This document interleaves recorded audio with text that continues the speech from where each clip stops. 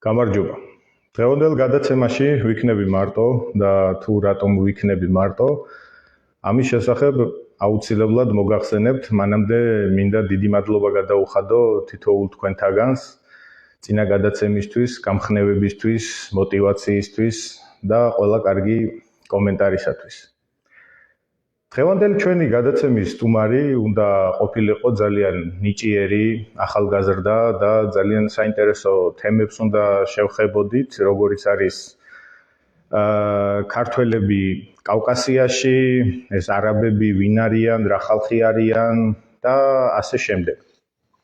საქართველოს ისტორიაზეც გვექნებოდა საუბარი, თუმცა სამწუხაროდ მან ვერ შეძლო დღეს ჩვენთან მოსვლა პირადი პრობლემების გამო, რაც არაუშავს, ხდება ხოლმე ჩვენ ყველანი ადამიანები ვართ და არავინ არასდროს არ ვიცით ვის როდის რა მოგველის. შემთხვევა განსაზღვრავს ადამიანს და არა ადამიანი შემთხვევას. თქვენ იმყოფებით დავით ჭაბუკაშვილის არხზე, სწორედ მისი გვერდიდან ხდება პირდაპირი ტრანსლაცია, პირდაპირი ეთერი და თუ გაქვთ ნანახი, როცა გვერდზე გადადიხარ პროფილის ქვემოთ დაბლა აქვს ესეთი წარწერა გაკეთებული ჩემი სიმართლე, ჩემი მტერია. ეს არის ნაზი შამანაურის წიგნიდან და საერთოდაც თუ თქვენ დაუკვირდებით მართალ ადამიანს, სიმართლის მთქმელ ადამიანს ყოველთვის ბევრი მტერი ყავს. მსოფლიო ისტორიაში ამის ყველაზე ნათელი მაგალითი არის უფალი ჩვენი იესო ქრისტე, რომელიც ამხელდა და სიმართლეს ლაპარაკობდა ხალხში. ის ამხელდა ფარისევლებს, მაშინდელ ქურუმებს და იმ ხალხს ეს ძალიან არ მოსწონდა. საქართველოს რეალობაში ყველაზე გამხმაურებული მკვლელობა 1907 წელს წიწამურთან ილია ჭავჭავაძის მკვლელობა იყო და ილია ჭავჭავაძე შემდგომში საქართველოს სამოციქულო ეკლესიამ წმინდანად შერაცხა და ეწოდა მას ილია მართალი. ილიაც ანალოგიურად სიმართლის თქმის გამო და სიმართლისთვის აღესრულა. იქ იყო კიდე სხვადასხვა ამბები, მაგრამ ჩავღრმავდებით. საერთოდ ილია ჭავჭავაძე იმხელა ფიგურაა და იმხელა ავტორიტეტის მქონე, იმხელა საქმეები აქვს გაკეთებული, რომ შეიძლება ერთი გადაცემა არ იყოს, შეიძლება კი არა არც ერთი და არც ორი და არც მეტი არ ეყოფა. იმ დონის პიროვნება და ადამიანია და სიმართლის თქმის გამო მას ყველა აუჯანყდა. ილია არ მოსწონდა არც ბოლშევიკებს, არც მენშევიკებს, არც მეფის რუსეთს და ზოგიერთ თავადაზნაურობასაც კი. მოკლედ ილია მართალი. დღევანდელ გადაცემაში შევეცდები ვილაპარაკო სიმართლე, ჩვენს ერში არსებული პრობლემების შესახებ და რაც მთავარია, არაფერი რო არ დავტოვოთ დამალული. აქ მონიშნული მაქვს თემები, რომ არეული საუბარი რო არ გამოგვივიდეს და დალაგებული რო იყოს ყველაფერი, კონსტრუქციული საუბარი რომ წარმართოთ. წინა გადაცემას მე ვუყურე ხუთშაბათს, რომელიც გავიდა წინა კვირას და მაინც და მაინც არ მომეწონა. მიუხედავად ამისა, ხალხი მამხნევებდა, გვამხნევებდა მეც, ჩემს სტუმარსაც და ძალიან გამიხარდა, მაგრამ მე ესე კრიტიკულად უყურებ, პირველ რიგში საკუთარი თავისგან მოვითხოვ მაქსიმუმს და სხვა ადამიანებისგან ბევრს არ მოვითხოვ ხოლმე არასდროს, იმიტომ რომ ადამიანს იმდენი უნდა მოსთხოვო, რამდენიც მას შეუძლია. მიუხედავად ამისა, წინა გადაცემაში შევეხეთ ზუსტად იმ თემებს, რომელი თემებიც დღეს აწუხებს ახალგაზრდობას და განსაკუთრებით იმ თემას, რომ საქართველოში შრომის დაფასება არ ხდება.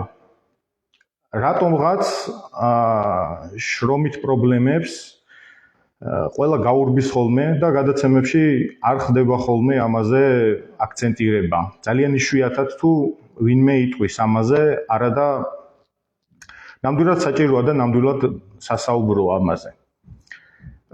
კიდევ იყო ხელოვნურად გაზრდილი ბინის ფასები და რადგან ჩვენი გადაცემა არის ახალგაზრდული, აი რომ წარმოვიდგინოთ უბრალოდ 18-19 წლის ახალგაზრდა, რომელიც რეგიონში ცხოვრობს და აამთავრა სკოლა და ჩამოვიდა აქ თბილისში სასწავლებლად.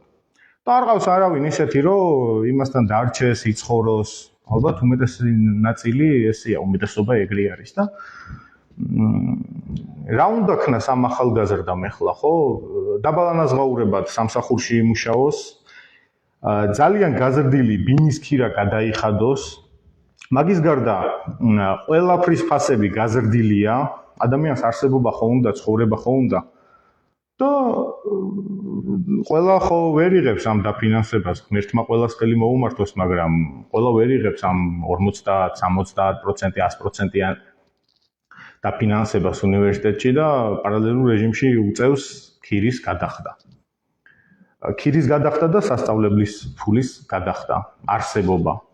და სამწუხაროდ ჩვენ ქვეყანაში ისე არ არის დალხინებული ცხოვრება, რომ მისმა მშობლებმა თუმით-უმეტეს სხვა შვილებიც ჰყავთ, თავი ირჩინონ, ის შვილები არჩინონ, ამას აქ გამოუგზავნონ, იმათი მდგომარეობაც ამ შემთხვევაში ძიმია.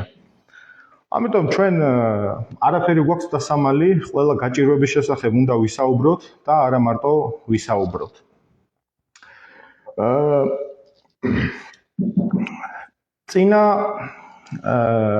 წინა გადაცემაში აგრეთვე ერთმა კომენტარმა მიიპყრო ჩემი ყურადღება. მე საერთოდ ახლა ძალიან დაკავებული ვარ.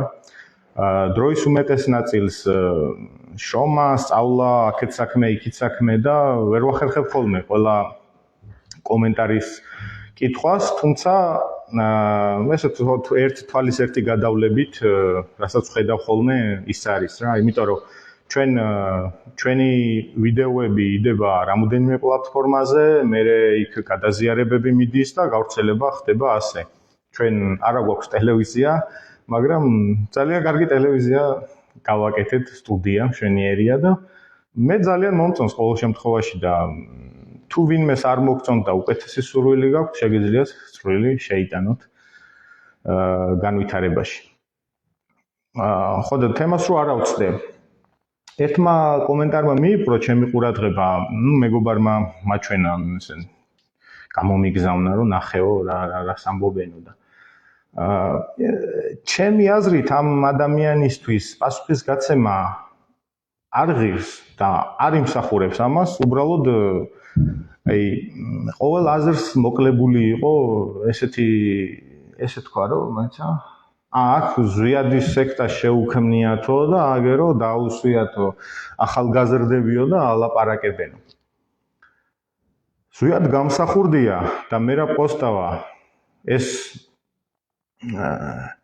ორი ბუმბერაზი პიროვნება. მართლა საოცარი პიროვნებები, რომლებმაც იმდენი გააკეთეს ჩვენი სახელმწიფოსათვის. ბოლოს და ბოლოს იმაზე მეტი რა არის, რომ ეროვნული დამოუკიდებლობა მოიპოვეს საქართველოსთვის იმ გმირ ხალხთან ერთად, ვინც იბრძოდნენ სხვანი, მაგრამ ძირითადად ორგანიზატორები, ლიდერები ეს ხალხი იყვნენ. და ვერ მივხვდი რას ემსახურებოდა ეს კომენტარი, იმიტომ რომ თუ კითხვა იყო ის, რომ პატივსცემ თუ არა ზვიად გამსახურდიას ხსოვნას, რა თქმა უნდა, მე არ მეგულება ნორმალური ქართველი, რომელიც მას არ აღიარებს. აგრეთვე მე რა პოსტავას და მოდი თავი დავანებოთ და თავი დაანებეთ ამ დიდებული ხალხის აუგად მოხსენიებას და დავასვენოთ რა, იმათმა თავისი გასაკეთებელი გააკეთეს, კიდე ბევრი არ დასცალდათ, თორე კიდე უფრო მეტი შეეძლოთ რომ გაეკეთებინათ და რამდენიმე დღის წინ იმასაც ვამბობდი რომ გამსახურდია რომ ცოცხალი იყოს, კოსტავა რომ ცოცხალი იყოს, ბევრად უკეთესად იქნებოდა დღეს ჩვენი ცხოვრება და ჩვენი ყოფა, მაგრამ რას ვიზამთ. კარგი, კიდე მაქვს აქ თემები მონიშნული.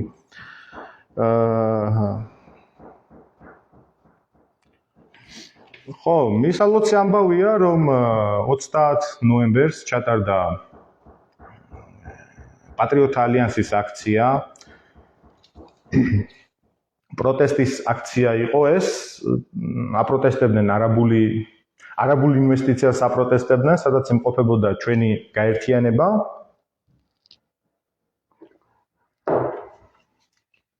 და ერთი გადაცემა დაუთმეს ობიექტივზე, რაც მისასალმებელია, აგრეთვე მისასალმებელი არის ალბათ ქართველთა დიდი გაერთიანების მხრიდან, რომ ერთობის მაგალითი შემოიტანა. და კარგია, რომ ანალოგიური დავინახეთ, ვისაც არ გინახავთ, ნახეთ, ძალიან კარგი გადაცემა გამოვიდა, მიყავდა გადაცემა ბატონ გიგლაგობეჭიას და მიწვეული ყავდა ქართველთა დიდი გაერთიანების დამფუძნებლები, ბატონი დავით ჭაბუკაშვილი და ბატონი თემურ გიორხელიძე. ძალიან კარგი გადაცემა გამოვიდა, მე უყურე, მოვუსმინე მათ და ისე ძალიან ღირსეულად და კარგად წარდგნენ ობიექტივის ეთერში. ხო, ეს ამბები. კიდე რაზე მინდოდა მესაუბრა 29-ში იყო ხო აქცია იმასთან, საპატრიარქოსთან. 29 ნოემბერს ქართველთა დიდმა გაერთიანებამ ჩაატარა აქცია საპატრიარქოსთან. ძალიან კარგი აქცია რა, მივედით, შევიკრიბეთ, მოვითხოვეთ საპატრიარქოსგან პასუხი თუ რა პოზიციას დაიჭერდნენ და ძალიან კარგი, მეც ვიმყოფებოდი იმ აქციაზე, ძალიან კარგი ხალხი მოვიდა, ძალიან კარგი ადამიანები გავიცანი, რაც ძალიან მისასალმებელია, რომ არაერთი ახალგაზრდა იყო იქ. მოდიოდნენ ჩემთან, ესაუბრებოდნენ, ზოგთან მე თვითონ მივედი, რომ ეს გაგვეცნო და დავახლოვებოდით ერთმანეთს და ძალიან მომეწონა, ძალიან კარგი ხალხი იყო იქ მოსული და ძალიან კარგია და გასახარებელია, როცა ახალგაზრდები ჩართულები არიან ესეთ საკითხებზე.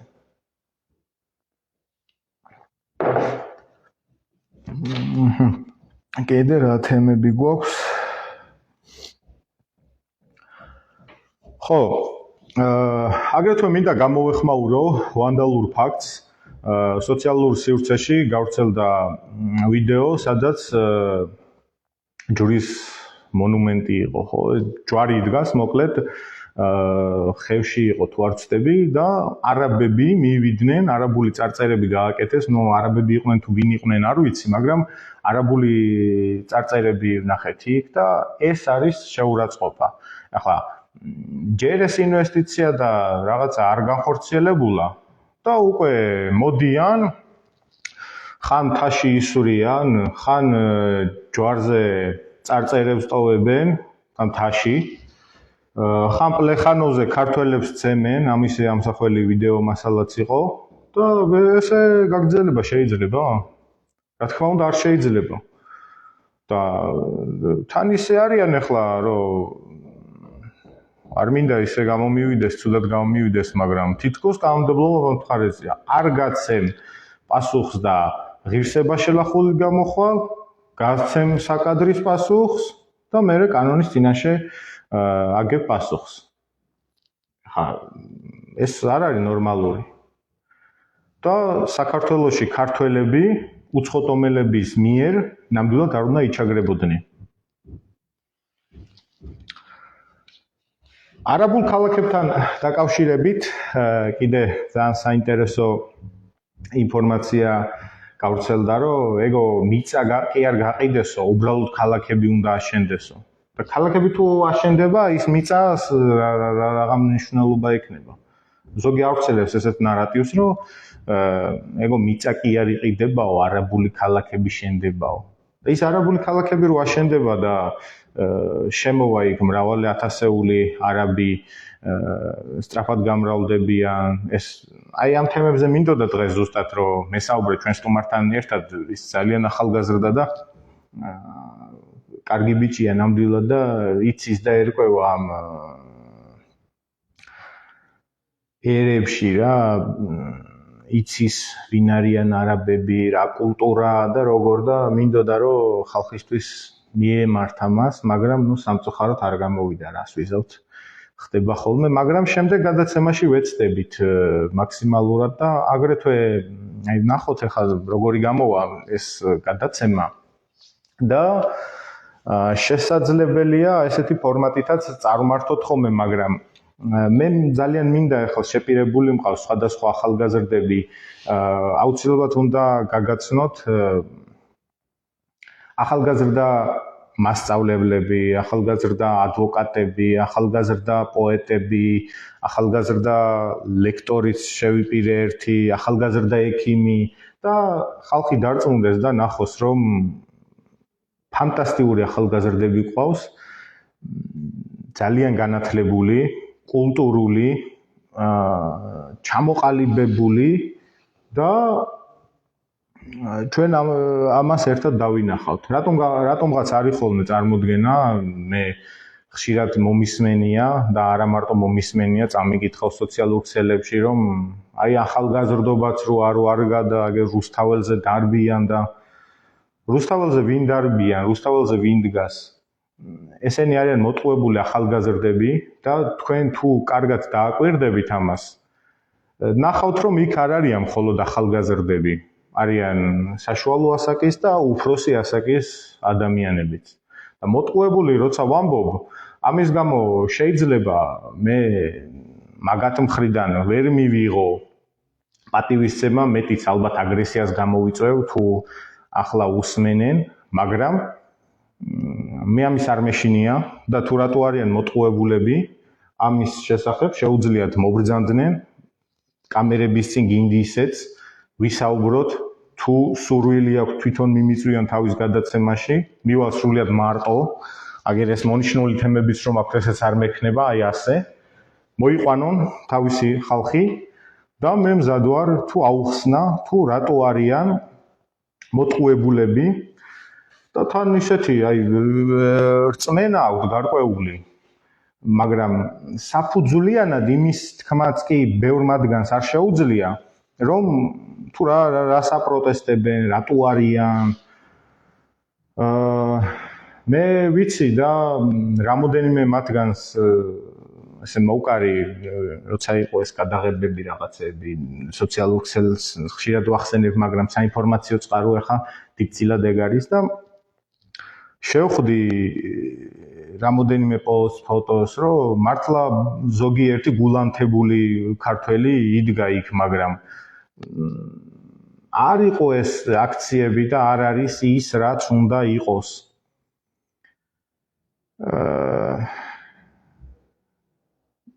და არ ვიცი ხა ეს ევროპა გასაგებია, ზოგს ევროპა უნდა, ზოგს რუსეთი უნდა, ხა წინა გადაცემებშიც და ეხლაც მე ვერ მივცემ თავს უფლებას, რომ ასე დავდგე და გეოპოლიტიკის შესახებ ვისაუბრო ძალიან ბევრი.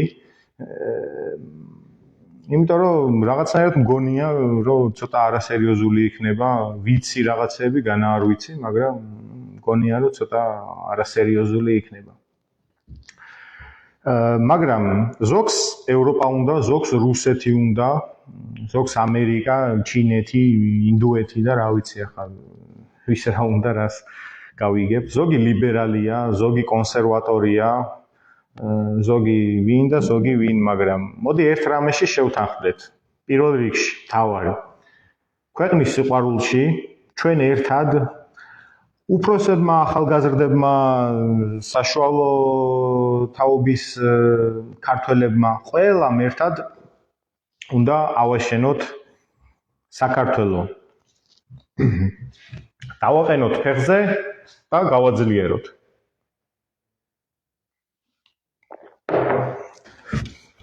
ხო, ეს გვინდოდა გვეთქვა.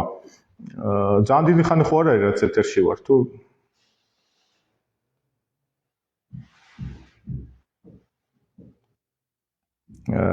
კარგი, შემდეგ თემაზე გადავიდეთ. ხო, ეხა ძალიან საინტერესო თემა, მე გამოვაქვეყნე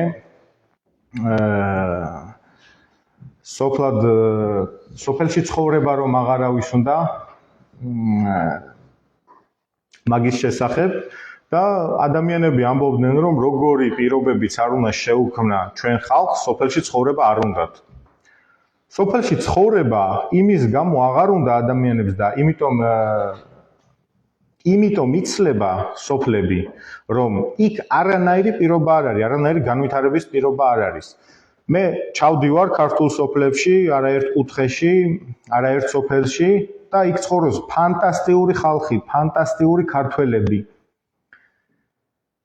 უბრალოდ იქ არ არის არანაირი გასახანი.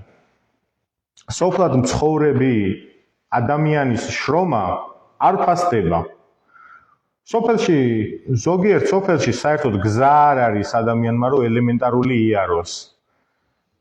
აუცილებლად საქართველოს ყველა სოფელში, სადაც ხალხი ცხოვრობს, აუცილებლად უნდა იყოს გაზი, წყალი, დენი, ინტერნეტი,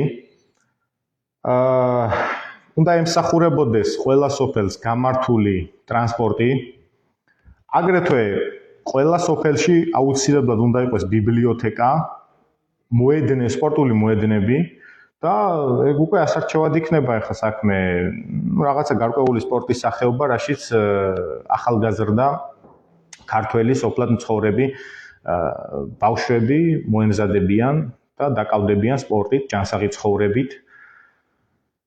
მაგრამ რა აზიას მე საერთოდ იმასაც ვფიქრობ, რომ თეატრიც უნდა არსებობდეს. ახლა ყველა სოფელში თუ არ იქნება საშუალება ამის, რამოდენიმე სოფელს ერთად რო ჰქონდეს თეატრი, რომელიც შესაძლებელია გამოყენებულიც იქნას გარკვეულ დღეებში კინოთეატრებად, რა პრობლემა.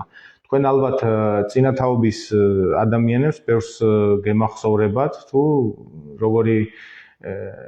როგორი იყო ადრე და მერე დაინგრა, გაიძარცვა, მაგრამ არა უშავს. ჩვენ უნდა მივცეთ სოფლად მცხოვრებ ადამიანებს ხელშეწყობა. რაც შეეხება სოფლის მეურნეობას, მაქსიმალურად ხელშეწყობილი უნდა იქნას სოფლის მეურნეობა. მე არ მესმის ამდენი მოუხნავი დაუთესავი მიწა, რატო არის საქართველოში. ძალიან ბევრი გვაქვს. ორი ტრაქტორი როგორ არ არის, რომ წავიდეს, თუნდაც სახელმწიფო პროგრამა იყოს და მიწები მოიხნას, დამუშავდეს. მე მგონია, რომ ეს არის ძალიან მარტივია. ხო, ეს თემებია. მოდი ყველა თემა ერთიანად რო არ ამოვწუროთ, მაგრამ სალაპარაკო ბევრია. ასევე მოქმედებაც საჭიროა, მარტო ცარიელი ლაპარაკი არაფერი არ არის, აუცილებელია მოქმედება. მაგრამ მანამდე ხალხის ინფორმირებულობა უნდა მოვახდინოთ. მე მინდა ახალგაზრდებს მივმართო, ვინც ახლა ამ გადაცემას უყურებენ ან მერე უყურებენ, იქით 4 შაბათს მობრძანდით ჩვენს ოფისში. 4 შაბათს და შევიკრიბოთ, დავილაპარაკოთ, გავიგოთ, გავიცნოთ ერთმანეთი. და მე თუ ვინმე სურვილი ექნება, როცა გავიცნობ და გავიგებთ ერთმანეთის შესახებ, შესაძლებელი იქნება ეთერიც დაგითმოთ და ვისაუბროთ, კარგი გადაცემები გავაკეთოთ, ვისაუბროთ, ვიბრძოლოთ ჩვენი ქვეყნისათვის. კი ბატონო. კარგით, დავასრულოთ დღევანდელი გადაცემა. მგონია, რომ მარტო რაც შემეძლო ამ მომენტისათვის ნორმალურად ჩაიარა, ვისაუბრეთ პრობლემურ საკითხებზე. მე უფრო მეტი შეიძლება გამოსავალზე ვისაუბროთ, იმიტომ რომ ხალხი კითხულობს ხოლმე, რომ ნუ ეგ კაი გავიგეთ, რომ პრობლემაა, მაგრამ გადაჭრის გზები და გადაჭრის გზებზეც აუცილებლად ვისაუბრებთ. რაც არ ვიცით, ერთად მოვიფიქროთ და გადავჭრათ ყველა საჭიროებო პრობლემა, საკითხები მოვაგვაროთ და ასე შემდეგ. მე დაგემშვიდობებით, გისურვებთ წარმატებებს და გიყვარდეთ თქვენი ქვეყანა.